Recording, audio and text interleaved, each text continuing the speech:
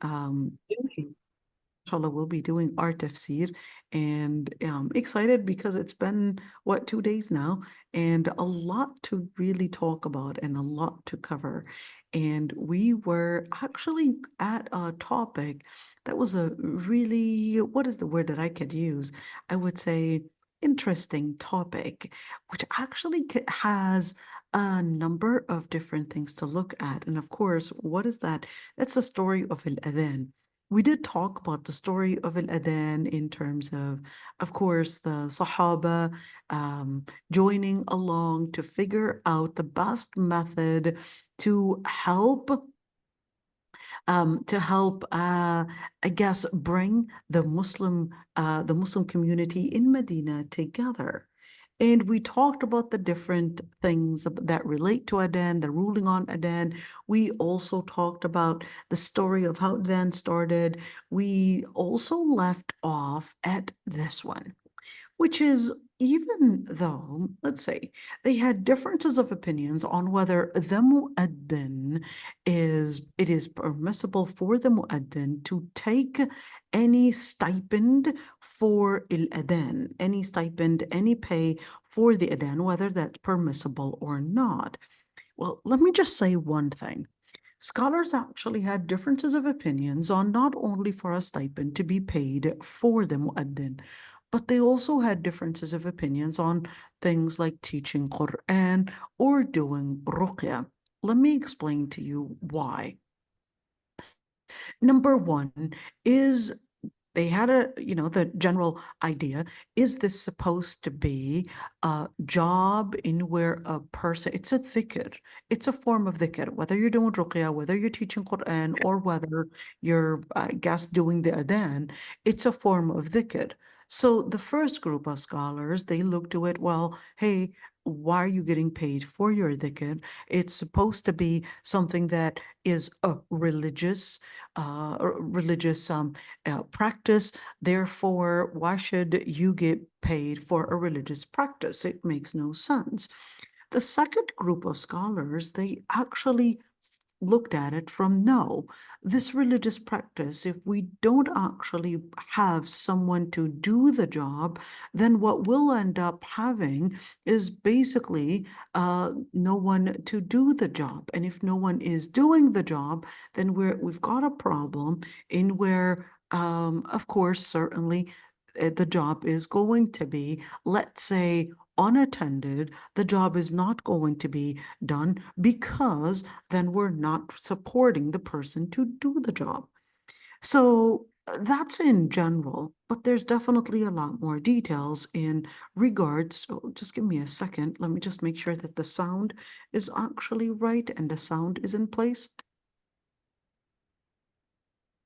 Let me, is the sound and everything good?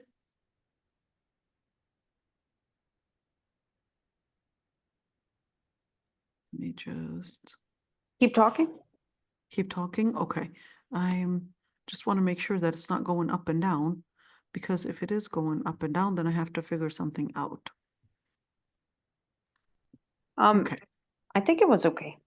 Okay, you think it was okay. All right. Yarhamkumullah.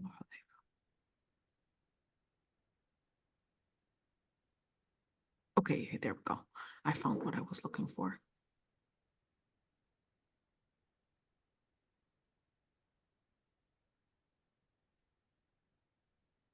Okay, I found it. All right. So for the scholars that considered that, no, this is supposed to be a service that if left not done, then we're basically going to see many people not coming in to do the job, and then this job will basically end up not getting done. So that's where I guess this whole idea comes in, but that's not necessarily just an issue of, I guess, demand and needing to fill that job or who's actually doing it, but there's actually a number of different texts. Let's look at first the Quran piece of it, in where are we allowed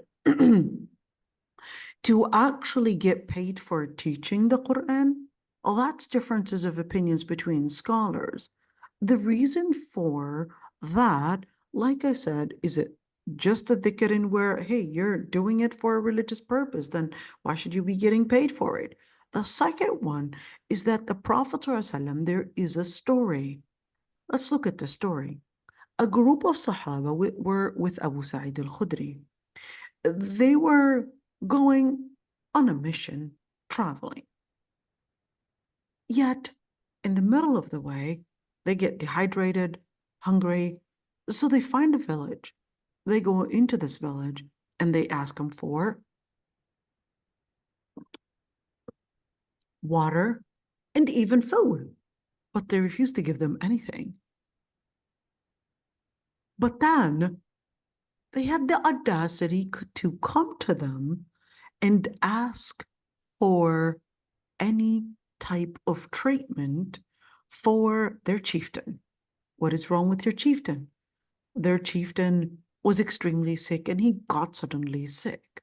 So what are they looking for? They're looking for a spiritual treatment. Okay, a spiritual treatment. So Abu Sa'id al-Khudri, because they didn't give them any food and water, he basically said, well, in order for us to give you the spiritual, the treatment that is / ruqya, you have to give us 30 heads of sheep, basically as a price, compensation for the service that we're going to offer. If he gets treated, if he gets basically cured, then that's what you're going to give us. Fair enough.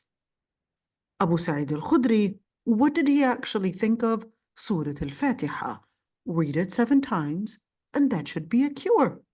Was he taught by the Prophet ﷺ that? No.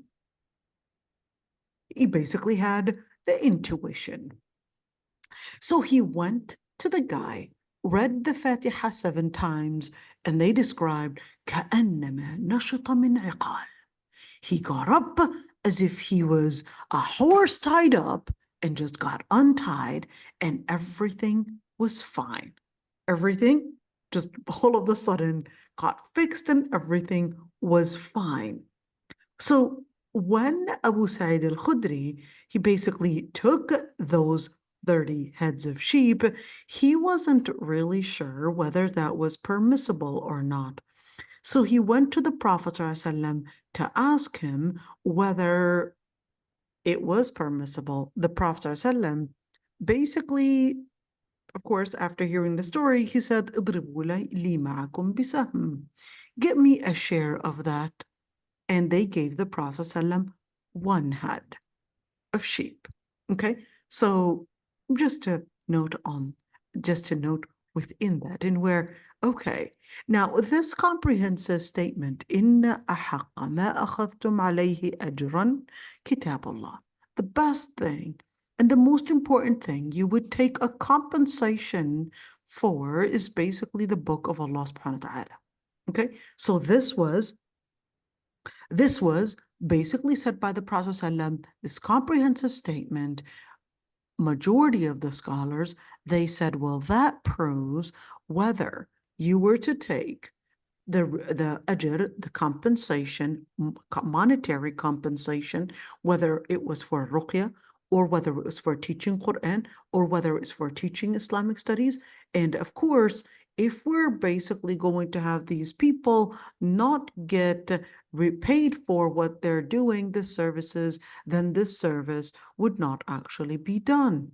So looking at that, you've got another thing in where the Prophet ﷺ, let's look into this hadith. So they had differences of opinions in regards for the mu'addin. They had differences of opinions whether the mu'addin can actually take a compensation or a stipend for the service that they would do for the adhan. Al-Qasim ibn Abd al-Rahman, who was from the Maliki scholars, they basically had said that no, it is hated, but Imam Malik, he said there's nothing wrong with it. Why did he say there's nothing wrong with it?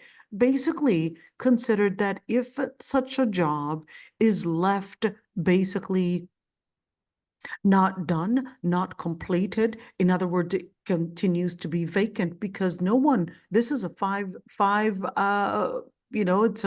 it's a five adan, it's a adan for 5 times, for different times. In other words, you're taking off work, you're basically leaving what you're doing, etc. And if we don't have that person to feel that this is something that they would be committed to, then what we'll end up with is basically this job not done, not met. So that's why you had other scholars, they basically said, "La ba'sa bihi." There's nothing wrong with them getting paid for such a job because we need to make sure that it is covered. Let's see, Al-Awza'i from the Lebanon, of course, he basically said, it is makruh, but there's nothing wrong with taking a certain amount of money compensation from Bayt al-Mal. In other words, from Bayt al-Mal, in where it's community money to compensate for this money. Where did they get that from? We'll talk about that. Shafi'i said, well, al-mu'adhin would basically get something where when you're talking about Bayt al-Mal, let me just give you an idea about Bayt al-Mal. Bayt al-Mal acts as the treasury for the government. The treasury for the government in where some money is allocated for only perhaps zakah. It could only be done for human services in where in particular areas only, not general human services. So we're not talking about general human services in where perhaps building hospitals, etc. No, it's allocated to basically do specific direct human services for needy and for those that need shelter, for etc. Now, there's other money that is supposed to be allocated for military, other money allocated for, let's say, building the country, street lights, perhaps making streets, building water reservoirs, filters, whatever it is, sewage system, infrastructure, etc. There's a certain amount of money that is allocated for that. There's another amount of money that is allocated for stipends, for basically covering the cost for the people in the military, covering the cost for the people perhaps that are working in the government, in the immigration, whatever job that they're doing. There's a certain money that is basically to be done and allocated for those that are working in such jobs. Anyhow, so you just get the idea. But the question is, where's this money coming from? So it's so easy to talk about who to allocate the money for, but where's the money coming from? So there's some money coming from taxes that the Muslims would pay. There's some that is coming from taxes that is basically coming from the land. There's a price, there's a tax on the land itself that would be considered as government property. There's another tax that the non-Muslims would pay in replacement of not joining the army, the National Guard, etc. We're not going to ask the non-Muslims to join within that, but we'll ask the Muslims to basically be the ones that are National Guards, to be in the army. We're not going to ask the non-Muslims to participate in that because they don't believe in the religion. And to us, the military is more than National Guard because it's also a religious service. So in that situation, we would basically charge the ones that will not be participating in the army, they will basically ask them to pay a certain tax. And of course, there's another tax in where it's al-ushur. It's basically another tax on the different different exports, the different imports, and all those different things in where that's basically money that's considered as coming in for basically as an income for the government. Now, part of that is when a battle happens, that there would also be a booty. In other words, whatever income that war had basically generated, that also becomes an income for the government and not for the leader. Keep that in mind. Not for the leader. In fact, the leader in Islam is not permitted to actually work in any form of, let's say, trade or business. And the reason for that is to make sure that there is no conflict of interest. What does that mean? So remember this. When the war on Iraq happened, a number of those, whether it's Donald Rumsfeld, Dick Cheney, Condoleezza Rice, the list goes on, they basically were owners of main companies of oil, main companies that were basically selling weapons. So what they were doing is that they were taking, of course, the decisions, making the decisions to go to that, to make the war basically against Iraq, but in order to do so, they needed to buy weapons. And of course, why did they even make the decision to go into the war in Iraq? Well, because they needed the oil. Their companies needed the oil. Their companies, again, other figures, their companies wanted to sell weapons. So it was, who was going to pay for that? It was basically the government. And they would determine what the price is going to look like for the government or on the government, which to them would actually be paid with their own individual pockets. So they weren't paying from their pockets, but they were getting the money from the government that was going to be paid to their individual pockets. So they play the game that way. And this is really important to keep in mind, where this is a form of money laundering without us realizing. So they're basically deciding that making the decisions on the government on behalf of the government, and from the other end, they would basically decide on where the government was going to buy weapons from, and that was going to be from their companies, and whether they needed more and more oil, or they wanted to steal another country's oil. So they would, even if it's at the price of people's lives, so they would basically take the decision to go and fight Iraq in order to steal their oil and basically determine on the other end. And that's why Islam considered that no, if you are in a position in the government, then at least in the decision-making areas, you cannot be a person that is also working in conflict of interest or in a position where you might actually be taking and making those decisions in order for your own personal interest.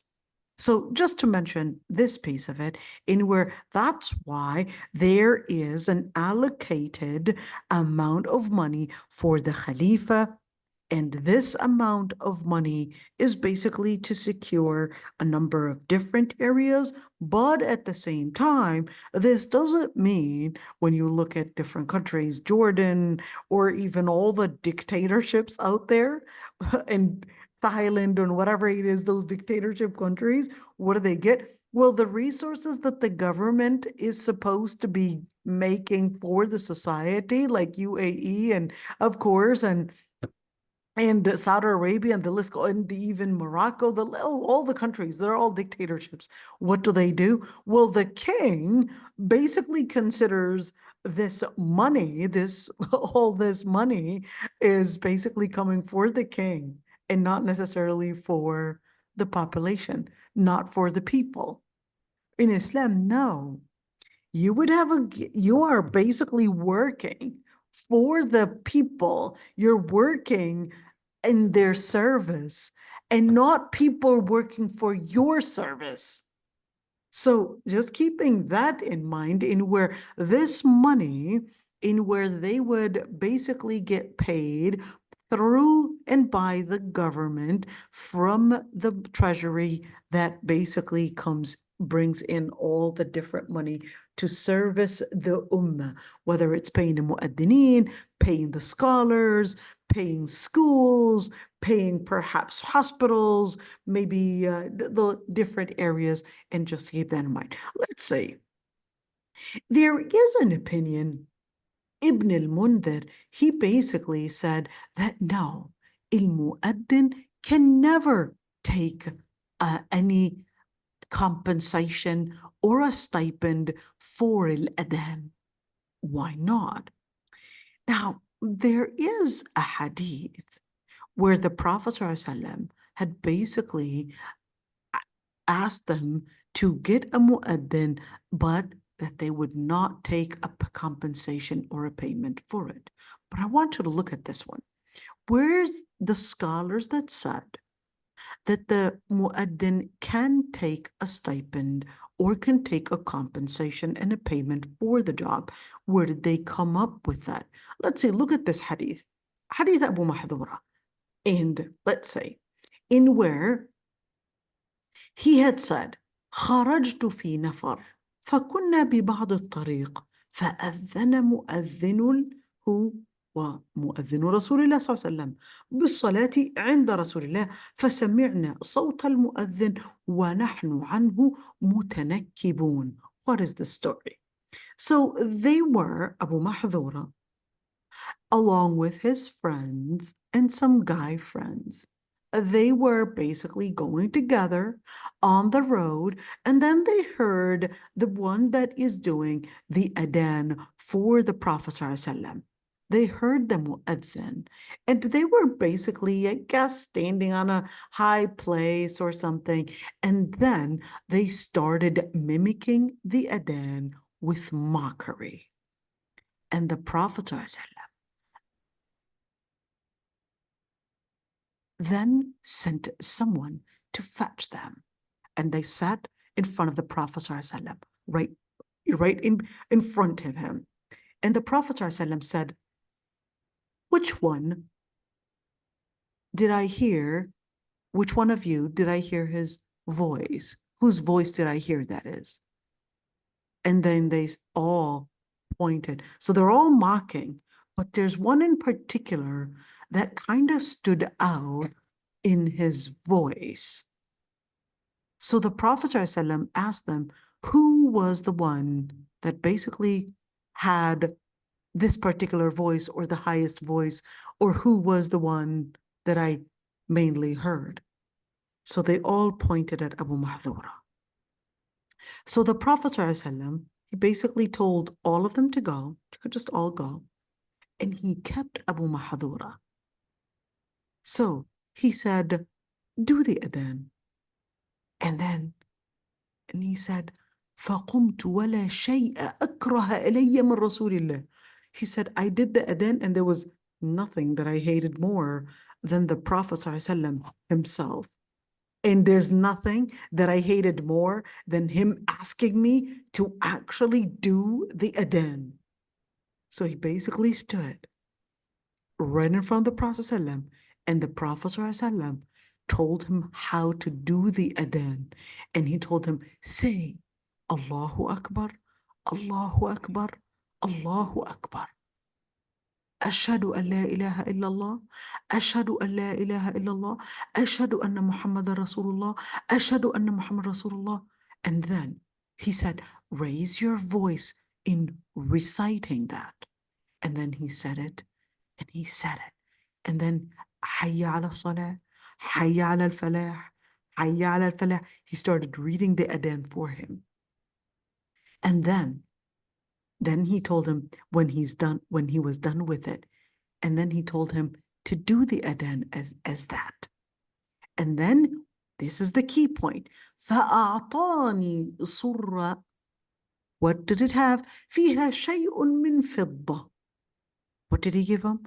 Well, he basically gave him, like at the time, they would put money inside kind of like a, what do they call that? Kind of like a I don't know, the like a little bag type of thing. They would put it, he put some silver coins in it, and he basically gave it to Abu Mahdura for doing the adhan. And then the Prophet ﷺ put his hand on the forehead of Abu Mahdura, and then he passed it over, in other words, wiped over Abu Mahdura's face with it, and then over his chest, and then over his belly. And then right when he got to the belly button of Abu Mahdura, the Prophet ﷺ said, Barakallahu lak wa baraka alayk. And then he said, O Prophet of Allah, will you order me to do the adhan in Mecca? The Prophet ﷺ said, I order you to do the adhan in Mecca. And he said, all the things that I was feeling in animosity towards the Prophet, it was all gone. And it was all replaced for love for the Prophet of Allah, for the Prophet of Prophet ﷺ. And he said he went to Attab ibn Usaid, who was basically the one working on behalf of the Prophet ﷺ in Mecca. And then he said, I was doing adhan with him on behalf of the order of the Prophet ﷺ. I want to look at this one. I love the story. What were they doing? Well, they were just young men, just mocking, being silly. But the Prophet ﷺ didn't mock them. He just said, which one was doing this? And calls them out.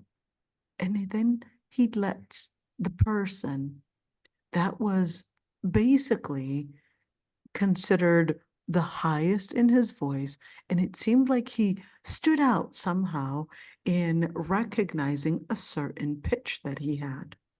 And based on that, he basically allocated a certain job for him to do.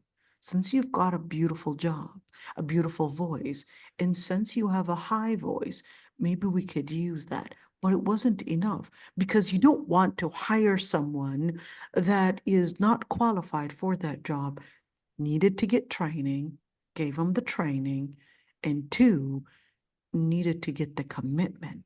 That's where the Prophet ﷺ created a personal relationship, gave him the money to feel that, no, you're not just getting the job, you're not just getting a job, but you will also get something that will sustain you. And the Prophet ﷺ created a personal relationship with that person that was going to be doing the job. And this is really important. Whenever you would hold a job, it's important to create a personal relationship with those that you work with, and not necessarily somewhat of an authoritative position, but create a personal relationship. Ask about their situation. Let them feel that you really care. Here's the Prophet ﷺ basically putting his hand over his forehead, putting his hand over his chest, putting his hand over his face, and making the dua for him. That's a personal relationship. And where now, you're part of me, you're part of us. You're right now in a position of leadership. You're in a position of da'wah. You're in a position to basically help in calling out the name of Allah subhanahu wa ta'ala. And that changed everything. In where with Abu Mahdura, from a person that was hating the Prophet ﷺ to a person that was loving the Prophet ﷺ, from a person that was mocking Islam to a person, or publicly mocking Islam, to a person publicly announcing the main modem of Islam, which is al-adhan. Now, that's a huge replacement. That's a huge change of who this person was and later is. And this, subhanAllah, I mean, so many things that we would learn from this. But, you know, when we look at the Prophet ﷺ, how he really had, what did he do? Well, definitely had stabbed the hearts with Iman. Even though the word stabbed is like, it's a fierce hit, but you could see that it was so gentle that yes, it went deep and penetrated the hearts, but it penetrated the hearts with Iman. It wasn't a stab. It wasn't whatsoever anything fierce, but it was something that the Sahaba had absolutely loved the Prophet ﷺ. Even those that had a history of completely hating the Prophet ﷺ. Later, it wasn't but by the gentleness coming from the Prophet ﷺ that actually changed who they are, who they were, and who they later had become. And this is important to keep in mind, in where the Prophet ﷺ had actually said, الرفق ما كان في شيء إلا زانه. الرفق, what is الرفق? Being gentle. It gives weight to something. Don't rush in changing matters. Don't rush in wanting to win matters. Sometimes you have to give some form of gentleness in order to win the hearts and not necessarily only focus on the argument. In order to win the argument, there's no way unless you win the heart itself. Just keeping that one in mind, how the Prophet ﷺ had won the hearts, how the Prophet ﷺ had his love penetrate the hearts and not as a stab, like Orientalists would say, in where he was stabbing and Islam was spread by the sword and all of that. No, it was a sword of love. It was a sword of love. Let's see, let's continue. And of course, the ayah was basically speaking about وَإِذَا نَادَيْتُمْ إِلَى الصَّلَاةِ اتَّخَذُوهَا هُزُوًا وَلَعِبًا ذَلِكَ بِأَنَّهُمْ قَوْمٌ لَا يَعْقِلُونَ. If they were to call onto the prayer, they would take it well, basically the munafiqeen. But I want you to look at here, how did we get there? Let's just look at a couple of things here. So the ayah, this was supposed to be the main area in where, let's say that, there's a prelude in where أَفَحُكْمَ الْجَاهِلِيَّةِ يَبْغُونَ وَمَنْ أَحْسَنُ مِنَ اللَّهِ حُكْمًا لِقَوْمٍ يُوقِنُونَ, in where, well, whose laws are they basically taking? Whose concepts are they necessarily referring themselves to? Are they referring themselves to Allah subhanahu wa ta'ala? Or are they basically considering themselves as gods? And of course, Allah subhanahu wa ta'ala, based on that, basically takes us into a new prelude. This new prelude in where don't take the Yahud and the Christians as awliya. But I want you to look at a number of key points here. Ready? Pay attention to this one. So basically letting us not take al-Yahud wa Nasara awliya. Why? Well, because they would support one another. In other words, you've got a center that's completely different than the other centers. Because if you were to take them as the center, well, that would actually mean you had actually become part of them. But here's one thing. What would happen if these people would become part of them? You would see that their hearts would basically be scurrying as a result of the diseases in their hearts. They would be scurrying in order to basically be at their service, because they're afraid that if they're not at the kuffar service, they would probably feel isolated down the road. If at all Muslims were to be defeated, that they would be isolated, and that would basically result in them feeling that there's no provision, that there's no success, and therefore their life is basically at loss. So Allah subhanahu wa ta'ala was telling us right there in where they were living in a certain psychological defeat. They were living a psychological defeat, and of course, a form of hypocrisy. Whenever they would meet with the Muslims, they would pretend that they were part of the Muslims because they were living that defeat. So they weren't really sure where and who to get the support from. So they will basically use that method, that method of being hypocritical, and pretend that they were in support of the Muslims by simply making different oaths and saying that we're with you, but in reality, you would see that they were living this psychological defeat on the inside. Let's see, then Allah subhanahu wa ta'ala brings it again. Ya ayyuhalladhina amanu may yartadda minkum, in where there's an implication. You will basically start saying that this person that leaves that faith, well, what does leaving the faith have to do with this? So leaving the faith is it necessarily by having il-walaya for someone else? Well, what does that even mean? I want you to pause the idea for this, and we're going to get to another page. Let's look at this other page because this is important to talk about. What does it mean to have our walaya elsewhere? What does it mean that I'm basically relating with someone else? How does that even happen? So there are a couple things that we need to talk about. You could see right there, just a new screen, and let's just talk about number of different things. Number one, in where it was narrated by Ibn Abbas, that he had said that what we would speak about is not, but if our hearts are completely firm in faith, we don't kill and we don't necessarily engage in sin, that sometimes that, of course, where many Muslims are living that, they disagree with probably the government system, they disagree with the whole culture that they're living around. They disagree with the system and all of that. But then if they were to be vocal about it, they would probably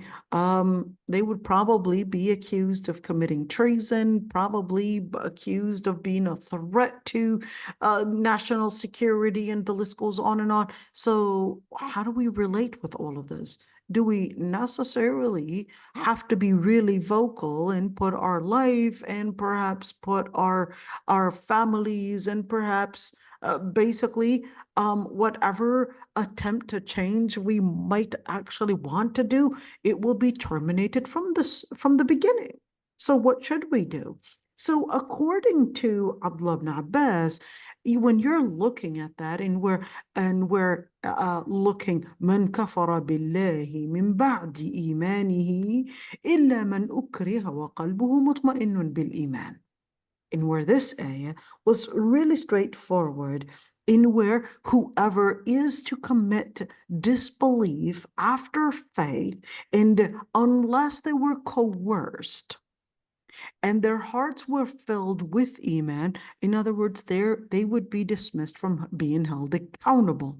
They're being dismissed from being held accountable. In other words, if they're basically living in where they disagree with the system, they disagree with the situation and what is actually happening culturally, the LGBT and all these different things, the secular system, everything is just not what you approve of. If you were to be vocal about it, then all the forms of da'wah, you might actually be accused of different things, of that you're a threat to national security and all of that. And you might find yourself really in a dangerous position. So, according to some scholars, they said, well, this ayah right here in Surah An-Nahl, it basically would entail that to live some form in where you're not being vocal about everything that you disagree with, whether we're talking about culture or whether we're talking about politics, because if you are, that might actually mean you being put perhaps maybe, hey, sent to Guantanamo, maybe even losing your job, your family, etc. That's a form of coercion, that you're being coerced, because if you were not to comply, and if you don't comply with their system, that might actually put you in danger. So in that situation, what you're going to be doing, in where you're basically right there, ukriha ala al-kufr, you're basically here coerced to accept some of the things. So in that situation, let's look at some of those cases. In general, al-Qurtubi had said, well, if you were coerced to say statements of kufr, what is best and what is more preponderant in where it's best to not mention kufr. In other words, don't say you approve it, because if you cannot say the truth, then the least is don't say the falsehood. If you're capable of not answering and somehow saying kufr, well, then you shouldn't be going to the second stage and saying words of kufr if that is going to be, let's say, enough to keep you safe. Let's say, al-Madhhab al-Hanafi said if a person was coerced to state statements of kufr and they did not say it until they were killed, in other words, they still didn't say it and they got killed, that it is better than saying statements of kufr. So in other words, let's actually write that down. And where there's a rukhsa, let's write that down. There is a rukhsa and there's al-azima. What is the difference? A rukhsa is basically the permission to speak of something even if it's against Islam, if your life was in danger. Your life, perhaps your property was in danger. So in that situation, you were coerced. Allah subhanahu wa ta'ala is telling you, spare yourself. Just don't believe in what you're saying. In other words, the kufr they're asking you to say, or the behavior they're asking you to do. Just don't believe in it. And let, of course, your heart continue its commitment with Iman. Il-azima is no. Il-azima is basically keeping that commitment, whatever it takes. The commitment in whatever, of course, it takes in basically being consistent and being steadfast, whatever it takes, even if that meant my life being at risk. I'm willing to take it. So why did Abu Hanifa, even though the scholars actually had differences of opinions on whether rukhsa is better or al-azima is better? Where did and why did they have differences of opinions? So let's look at this. In where Khubayb ibn Adi, what happened? Khubayb ibn Adi, the story of Khubayb, what happened? Let me actually get that one for you. What happened was Khubayb ibn Adi was basically taken and put on a cross. We're going to go and open that. Khubayb ibn Adi was put on a cross, and then he was basically told, well, we'll put you down only if you are to accept, only if you were to accept, basically, accept to leave Islam. And then he said, well, just let me allow to pray 2 rak'ahs, and then you want to kill me, then kill me. And then he teared, basically shed some tears down. And then they basically thought that, oh, here we go, we're basically overcoming, we're winning. But then he said, وَلَسْتُ أُبَالِي حِينَ أُقْتَلُ مُسْلِمًا عَلَى أَيِّ شِقٍّ كَانَ فِي اللَّهِ مصرعي وذلك في ذات الإله وإن يشاء يبارك على أوصال شلو ممزعي. Said, I don't mind being killed as a Muslim, and I don't mind that on what position and how I'm basically finding my fate for the sake of Allah subhanahu wa ta'ala. In other words, the method that is used doesn't make a difference. وذلك في ذات الإله وإن يشاء يبارك على أوصال شلو ممزع. For that, if it is for the sake of the Lord, for the Lord Almighty, if He wills, He will bless the different parts of the pieces of the corpse, even if it was all slaughtered and even if it was all chopped up. What happened? Khubayb ibn Adi, the Prophet ﷺ praised him. He didn't give up. He was basically a martyr, a shaheed. Even though he could have been capable of just faking, or at least faking to be accepting what they're wanting him to believe in. But he didn't fake it. He chose that, no, I'm going to be consistent with my faith. You would like to kill me? Go ahead. The Lord Almighty, even if you were to chop me up, it's not going to make a difference. For the Lord Almighty, He would be the one to bless, even if it was my corpse, my body was all chopped up. The Lord Almighty will bring the blessings, and He will be the one to determine how the fate and where the fate is going to be, in Jannah or where. Let's say Ammar ibn Yasir, on the other hand, basically did practice at-taqiyya. Well, what was that? Ammar ibn Yasir, when, of course, he was, along with his mother and father, were taken in a remote place surrounding Mecca, they basically killed his mother and they wanted him to say Hubal, which basically is announcing that he believes in Hubal, which is the deity, the god that the people of Quraysh were worshipping. Ammar ibn Yasir, when his mother and father were killed before his eyes, I guess he was afraid to not announce Hubal. So he announced Hubal. But that's when they let him go, or at least they didn't continue torturing him. But his mother and father didn't make it.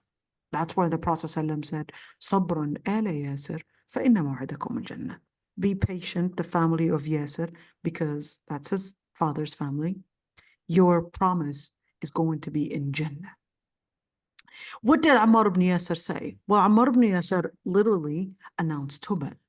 Did he actually believe in it? No, he didn't. In fact, the ayah, من كفر بالله من بعد إيمانه إلا من أكره وقلبه مطمئن بالإيمان, was actually revealed when Ammar ibn Yasir was crying to the Prophet ﷺ, I did what they wanted me to do, and I said what they wanted me to say. But that's when that ayah basically praised Ammar ibn Yasir, that his heart was actually filled with faith, and that was not affecting him. In other words, what he had practiced in terms of hiding the true faith, and his words were saying otherwise, that does not affect him. And therefore, that was when the Prophet ﷺ actually tells him, وَإِنْ عَادُوا فَعُدْ. If they continue torturing you, then say it again. Say the word of kufr, just to be basically saved. So here's the Prophet ﷺ actually giving him this rukhsa to say it. But here's one thing. When you look at this another story, let's see, Musaylim al-Kadhab took two men from the Sahaba.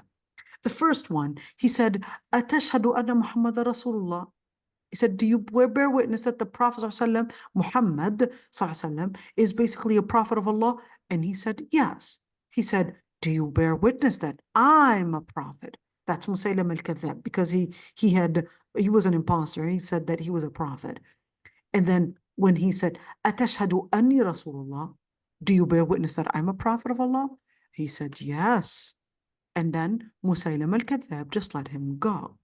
But then he got another person, that other man, the Sahabi, and he said, do you bear witness that Muhammad is a prophet of Allah? He said, yes. He said, do you bear witness that I'm a prophet of Allah?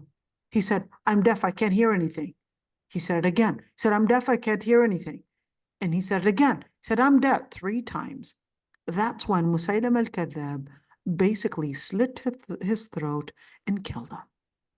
The news about all of this basically got to the Prophet ﷺ, and the Prophet ﷺ had basically said, as for the person that was killed, he basically continued being consistent in his honesty and in his faith.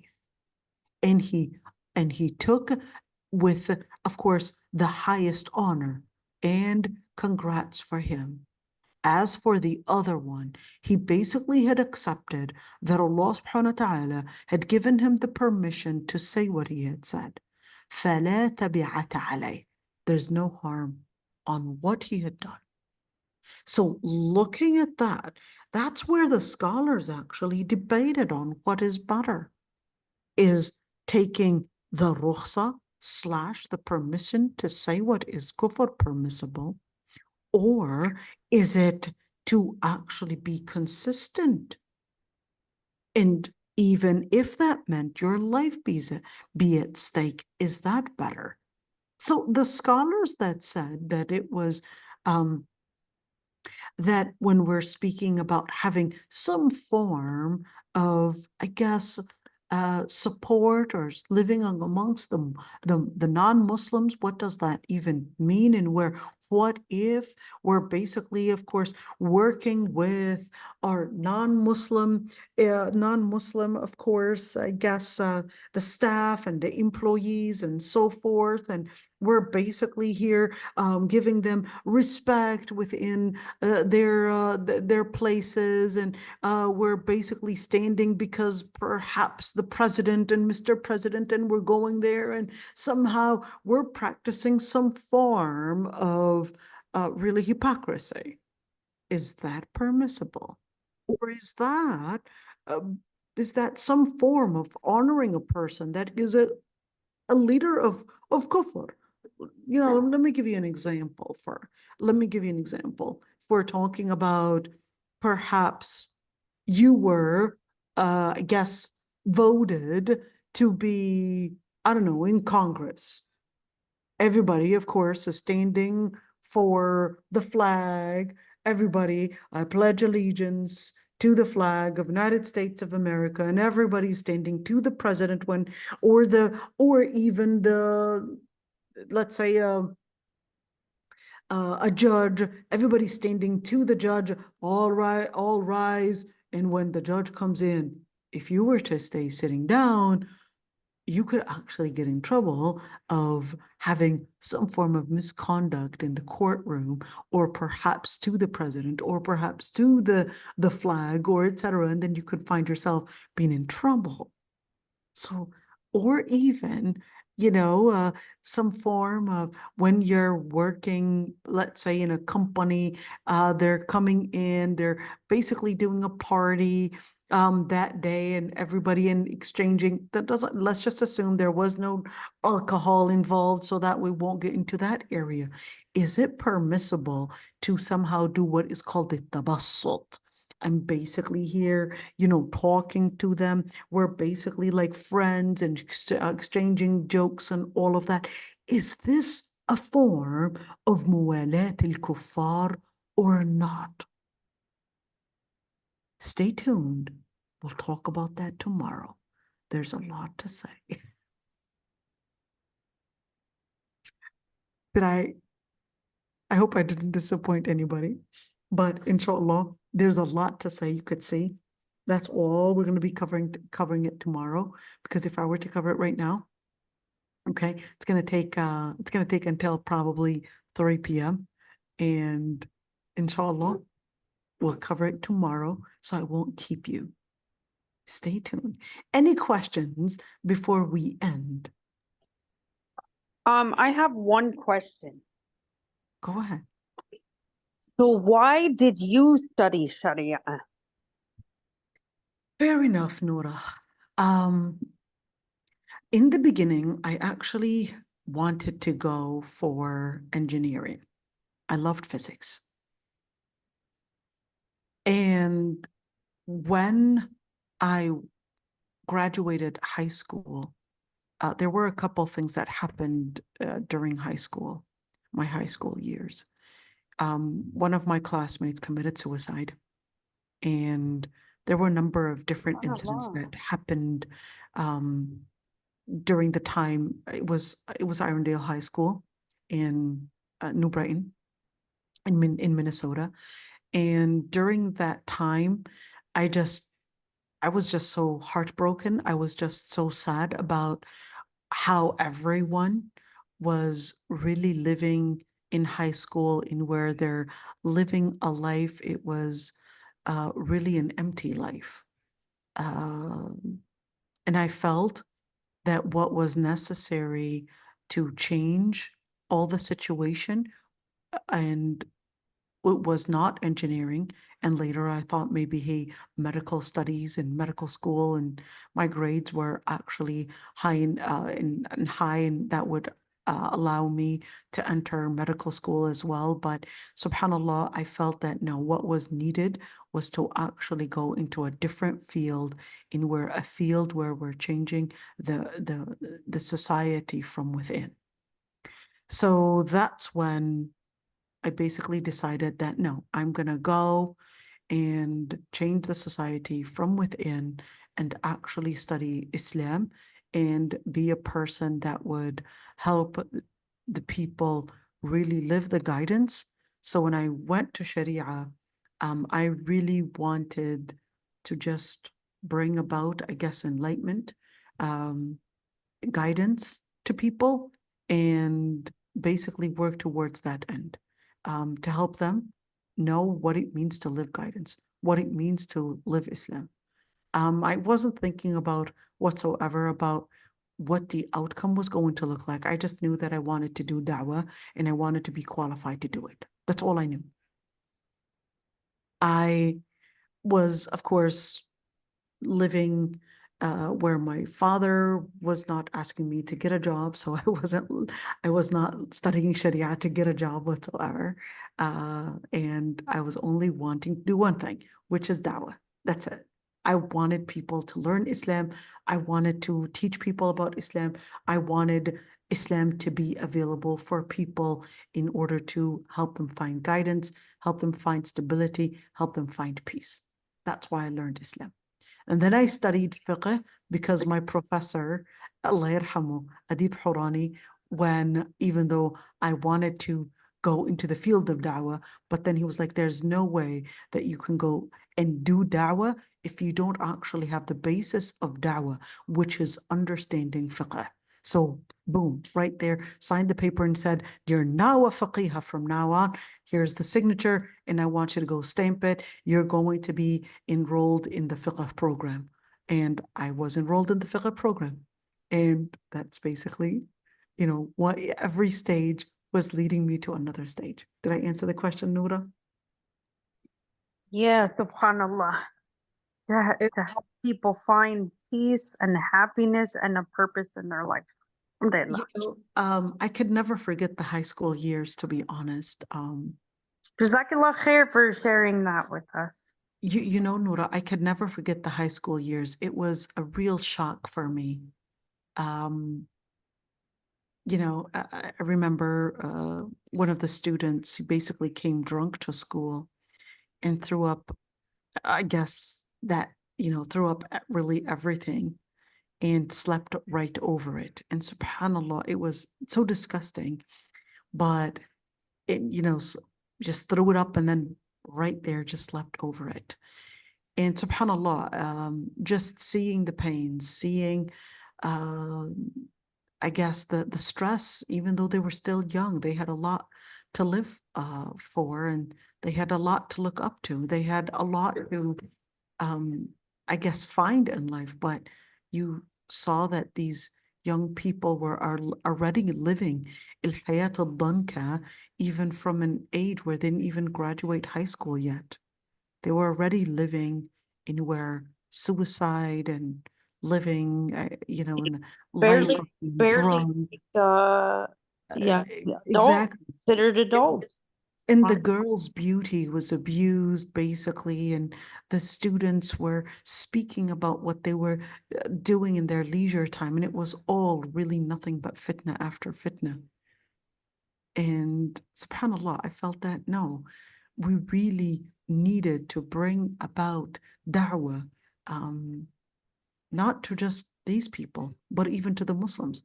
I was the only Muslim girl in school, there was another girl, another girl, but she would, even when she later, I guess, found me, she was actually in Minnesota, and later, and she was like, "Hey, you were with me," and I was like, "Well, I didn't even know you were Muslim. I would have talked to you, but you were not acting like one." She was like, "Yeah, I wasn't." That was the case. Yeah, Subhanallah. there was there was only one girl at my high school who wore hijab. Well, yeah, One. I was the only hijabi in the whole school. That's it. Subhanallah. Yep. Actually, there was another one. She was Ismaili Shia. Didn't want to talk to me. So I guess I kind of respected the distance. Maybe I would have done things differently if I was with, with today's, I guess, view of the world. But, if somebody, if you're a teenager and people are kind of showing that they don't want to deal with you, you kind of step back. But I guess when you're older, you kind of work things differently and where, well, how can I create a union? How can I, consider my priorities on bringing some form of a Muslim body together? But that was, of course, when you look back, many times you would say, I would have done this differently. I would have, created something, but that's what happened at the time. And subhanAllah, I guess the high school year, or high school years kind of changed a lot and just got me back to that. I hope I answered that one, Nora. Yeah, jazakallah khair. وإياكم. So سبحانك اللهم بحمدك نستغفرك ونتوب إليك نشهد أن لا إله إلا أنت. We'll see you tomorrow, inshallah.